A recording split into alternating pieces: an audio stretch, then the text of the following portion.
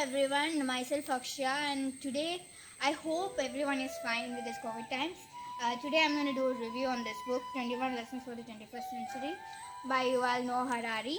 Yuval Noah Harari is a historian, philosopher, and best-selling author of *Sapiens*, A Brief History of Humankind, *Homo Deus*, A Brief History of Tomorrow, and the 21 Lessons for the 21st Century. The book 21 Lessons of 21st Century is basically about the future of humanity, and in this book the author focus is on current affairs and on the immediate future of human society. The book is divided into 5 parts, and I am going to do a review on the first part, that is the technological challenge, and that is divided into four segments, that is disillusionment, work, liberty and equality. So, disillusionment comes from humans think in stories rather than in facts, number or equations, and the simpler the story, the better they understand it. The whole past and to predict the future of the entire world revolves around 3 stories, that is fascist story, a communist story and the liberal story, and the triumph of liberal story over all other stories.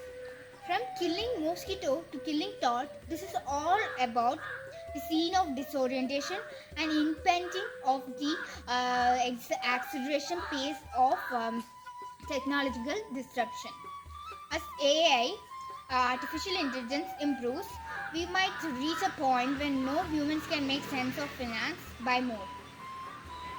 If mosquitoes buzzed in our ear and disturbed our sleep, we know how to kill them.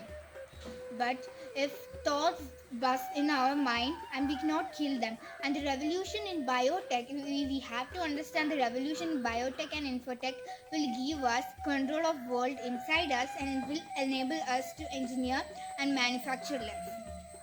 According to Harari, computers and artificial intelligence replacing humans in many tasks possibly will end up with millions of jobs and take over by the cyborgs and networked algorithms.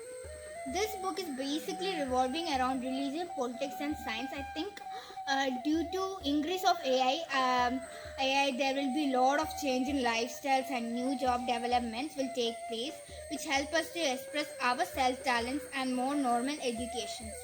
And the second part of this book is work, which you can understand basically the upcoming news of flying cars, selfless cars, not driven by humans, driven by itself. So you can understand how the future is turning up to be different from the present, and the takeover of cyborgs in all the professions of the society. I hope you enjoy this book. I enjoyed this book.